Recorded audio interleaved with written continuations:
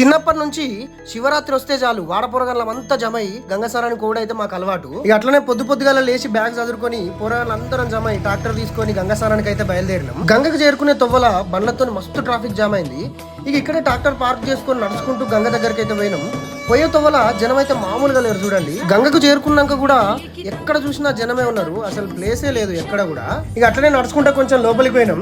కొంచెం లోపలికి పోయినాక మా వాళ్ళు నాకు మస్తు పెద్ద సర్ప్రైజ్ ఇచ్చారు. ఇలా మా శివగారి బర్త్డే ఉండే, ఆయన బర్త్డే కోసం మా వాళ్ళు ఇసుకతో కేక్ తయారు చేసి అంతనైతే కేక్ కట్ చేయించారు చూడండి. కేక్ కటింగ్ అంతా అయిపోయిన తర్వాత కొద్దిసేపు స్విమ్మింగ్ అయితే చేసినాం. ఇక స్విమ్మింగ్ చేసుకుంటుంటే మా వాళ్ళు ఉన్నకాడ ఉండబుద్ది కాక ఏం పని చేస్తున్నారో చూడుర్రి.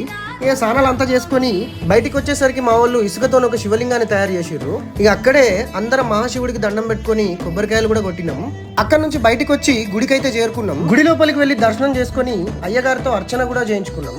అర్చన అంతా అయిపోయిన తర్వాత ఇంటికి అయితే బయలుదేరిపోయినాం. మీరు కూడా ఈ శివరాత్రికి ఏం చేశారో నాకు కామెంట్ చేయండి. అట్లనే మరిన్ని వీడియోస్ కోసం నా ప్రొఫైల్ని ఫాలో చేయండి. Thank you.